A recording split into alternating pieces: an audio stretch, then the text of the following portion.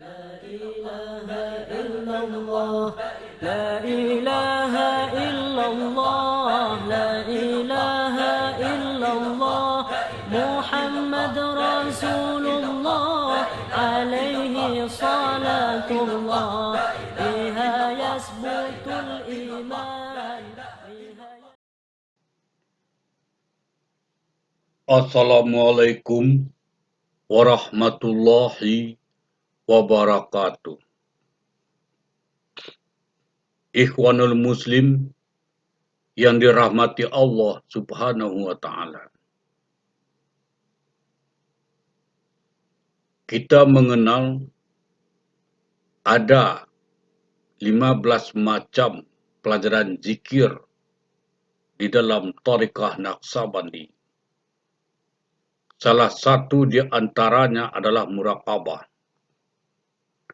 Muraqabah adalah merenungkan asma-asma Allah atau surat Al-Ikhlas atau ayat-ayat yang lain-lainnya di dalam kitab suci Al-Quran. Perenungan itu biasanya dilakukan di dalam suluk. Namun seyogyanya, perenungan itu juga dilakukan di dalam aktivitas kita sehari-hari.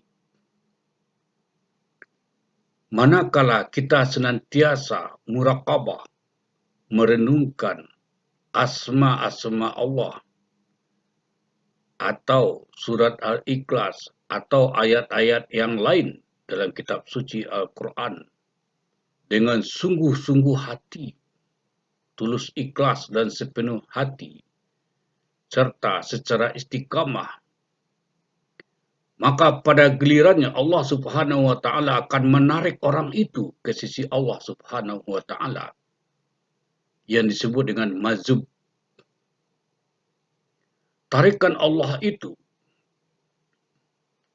adalah sangat tinggi nilainya, sehingga ada orang sufi mengatakan satu tarikan Allah nilainya sama dengan 1000 amalan sunnah manusia dan jin.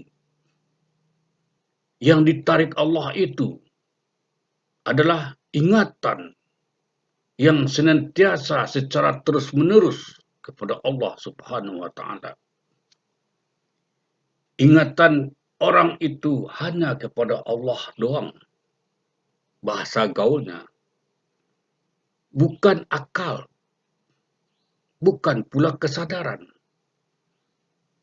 Ada sebagian orang berpendapat yang ditarik Allah itu adalah akalnya. Sehingga orang itu kehilangan akal. Yang disebut kemudian gila. Wali majdub. Wali gila karena akalnya ditarik oleh Allah Subhanahu wa Ta'ala. Kalau pendapat kami bukan itu.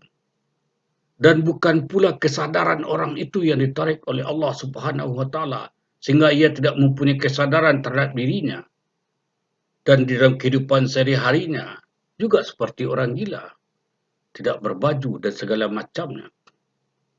Bukan itu hakikatnya sebenarnya yang ditarik oleh Allah Subhanahu wa Ta'ala.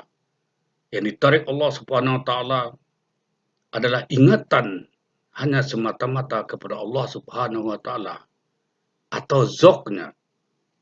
Zok apa? Zok cinta. Ketika Allah telah menanamkan mahabbah ke dalam zok irang itu, maka rasa cinta orang itu senantiasa kepada Allah Subhanahu wa Ta'ala. Salah satu di antara yang dua ini, ingatan hanya kepada Allah Subhanahu wa Ta'ala atau zoknya yang ditarik Allah. Bukan akal, bukan kesadarannya. Ini pandangan kami.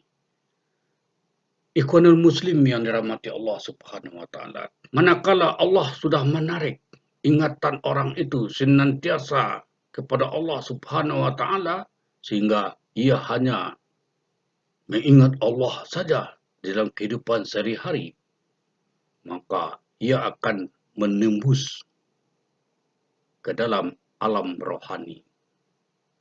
Ketika sudah menembus alam rohani, maka orang itu akan bisa melakukan konektivitas dengan rohani ahlul silsilah tarekah tersebut, dengan rohani wali-wali Allah Subhanahu wa taala, sehingga terjadilah interaksi secara rohania antara dia dengan guru-guru tersebut.